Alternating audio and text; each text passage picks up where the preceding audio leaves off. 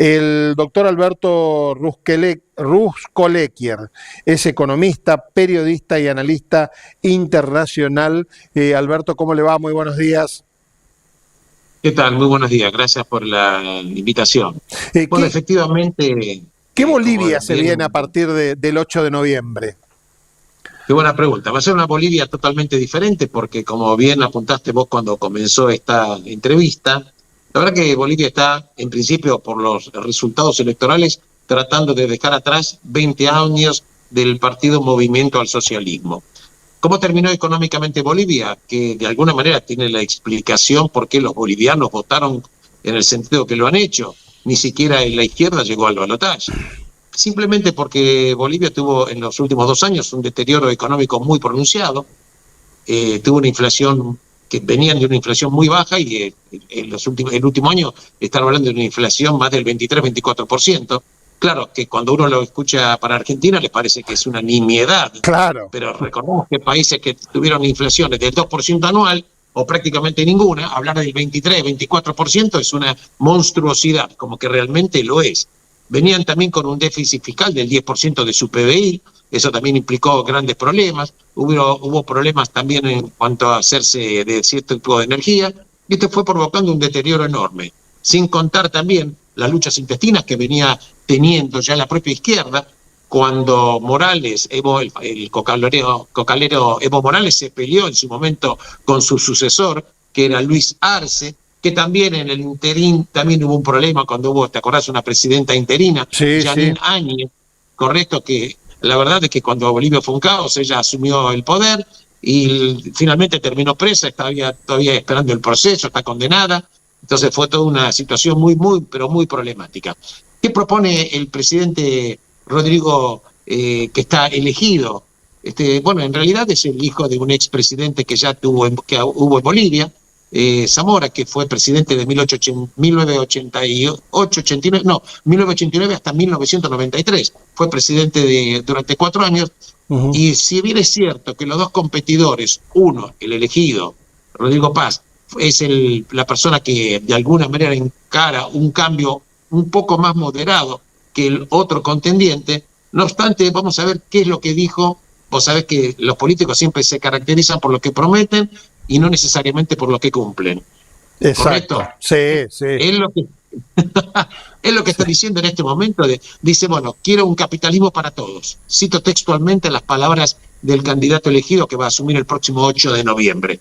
Quiero un capitalismo para todos, que haya platita para toda la gente y que no haya ningún problema, que la gente tenga libre acceso al crédito. También está diciendo que va a eliminar los subsidios a la energía. Esto recuerda un poco lo que está pasando en la República Argentina, pero dice que los subsidios a los sectores más vulnerables los va a seguir manteniendo. Recordemos que Bolivia en los subsidios estaba invirtiendo $2.000 millones anuales. Claro, uno escucha que es $2.000 millones, pero todo el PBI de Bolivia son $50.000 millones. Quiere decir que a Bolivia se le estaba yendo 2.000 sobre un PBI de 50.000. O sea, Bolivia tiene 11 millones de personas que viven ahí, con un PBI per cápita de $4.500 anuales, pero era una cifra importante. Y también está prometiendo una reforma del Estado.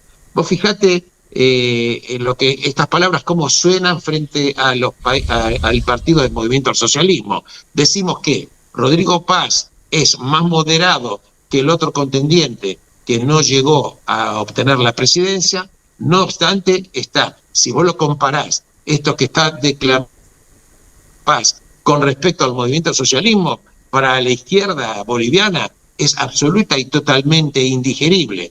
Claro. Cuando digo a la izquierda me refiero a las personas que oportunamente lo han votado o los cuadros políticos de la izquierda. La verdad que la izquierda cerró un ciclo de 20 años que ahora en este momento le están dando la confianza a Rodrigo Paz.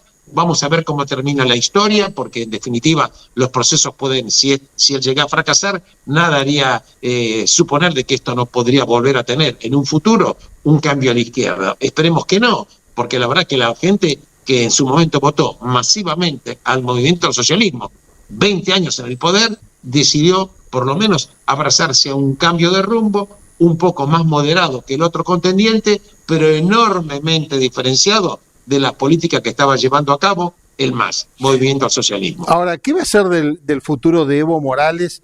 El MAS está dividido y casi extinto, digamos, pero ¿qué va a ser del futuro de Evo Morales? Porque Evo Morales está perseguido por la justicia por trata de personas, por abuso de una menor, digamos, y refugiado en su zona de confort, digamos, rodeado de los aborígenes o de los originarios cocaleros de la zona, digamos. Y bueno, hasta ahora Luis Arce no se animó a avanzar a ir a buscar a Evo Morales. ¿Lo hará Paz? Sí, siempre es una pregunta, es la pregunta del millón, porque tan buena es tu pregunta, porque incluso el propio Evo Morales dijo que iba a resistir. Claro. Antes de las elecciones de ayer. Él dijo que iba a resistir hasta por las armas un cambio de sistema y eventualmente si lo llegaran a detener, tratando de protegerse en los sectores que lo catapultaron al poder ya en el año 2006.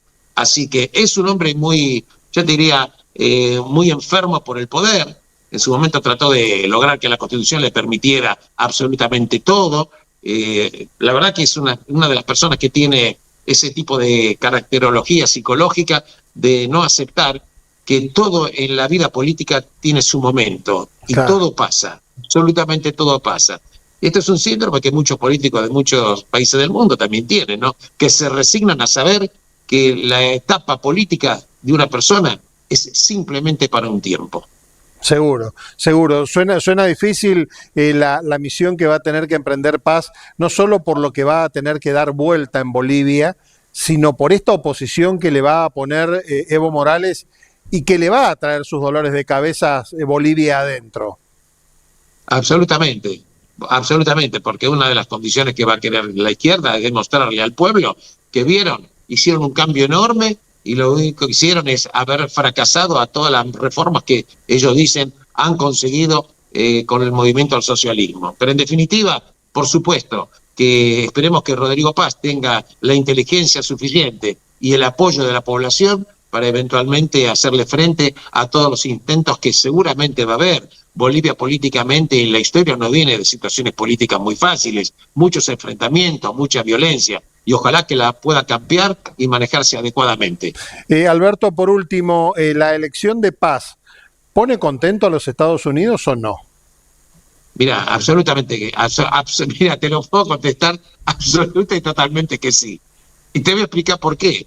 Uno de los aspectos que está teniendo el presidente Donald Trump, porque cuando decimos Estados Unidos estoy hablando de Donald Trump, ¿correcto? Sí, no es un mismo Donald Trump, no es lo mismo Kamala Harris, que está en las antípodas del pensamiento de Trump, absolutamente. Kamala Harris era eventualmente la candidata que no ganó la presidencia en la última elección que hubo en Estados Unidos. La demócrata. ¿Correcto? Absolutamente, absolutamente. La verdad, porque Estados Unidos lo que quiere, en principio, tiene dos objetivos en América Latina. Uno es lateralizar la influencia de China en América Latina, porque Estados Unidos está compitiendo, impulsando geopolíticamente con China, a punto tal de que incluso acá en Argentina estamos viendo que lo que está de alguna manera presionando es empujar a China de Argentina. Por ejemplo, no quiere que el gobierno argentino le dé la hidrovía a una empresa china, está tratando de impedir que se haga un puerto de aguas profundas aquí en el sur, por supuesto tratando de que Argentina de alguna manera se desprenda del swap con la moneda china. Esto es para ver simplemente algunos aspectos de ese enfrentamiento. Entonces tratando de recuperar terreno. Y si a su vez te fijas que la posición del gobierno de Chile, Boric no es precisamente un santo de la devoción de Trump, con su postura, y realmente fue un presidente irrelevante para Chile, porque la verdad que parece ser que le dieron la conducción política de Chile a prácticamente una persona que no tenía ni los méritos, ni siquiera la inteligencia adecuada para poder hacer una presidencia adecuada. Entonces vos fijate, cuando vos te fijas en América Latina, ¿qué tenés? Chile con la izquierda, Bolivia que estaba con la izquierda, obviamente, ni hablemos de Venezuela, no hablemos de Nicaragua, obviamente. Entonces hay también tratar de colocar, digamos, Brasil es una economía totalmente diferente, porque si bien Lula es de izquierda, bueno, estamos hablando de la principal economía de América Latina.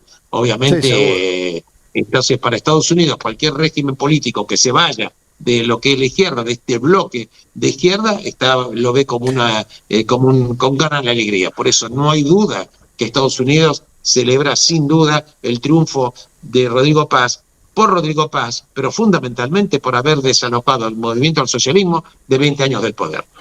Un Brasil que más allá de la ideología política de Lula, nunca ha dejado, o del color político del presidente que tenga, nunca ha abandonado su senda capitalista, digamos.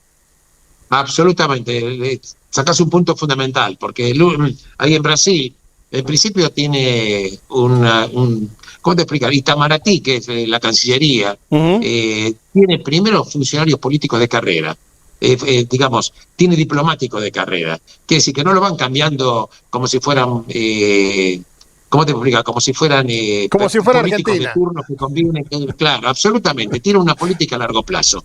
A punto tal de que Lula, cuando asumió el poder nuevamente en la presidencia, no cambió las políticas económicas. Claro. Brasil está absolutamente dirigido en una economía capitalista, no cabe la menor duda. No obstante, las cosas que dice Lula muchas veces no son del agrado de Estados Unidos, porque la verdad que Lula a veces tiene cada parece comentario que parece más para los oídos de ciertos sectores totalmente antinorteamericanos que con respecto del agrado norteamericano. Pero bueno, sí. Económicamente Brasil es un país capitalista, económicamente Brasil tiene una política exterior coherente en las últimas décadas, es un país que tiene una industria gigantesca, es un país que tiene un PBI enorme, y bueno, no es lo mismo comparar la declamación de izquierda de Lula con lo que sucede en otros países. Seguro. Alberto, le agradezco muchísimo su tiempo, muy amable. No, gracias por el contacto y a disposición de ustedes cuando lo necesiten. Muchísimas gracias. Muy amable.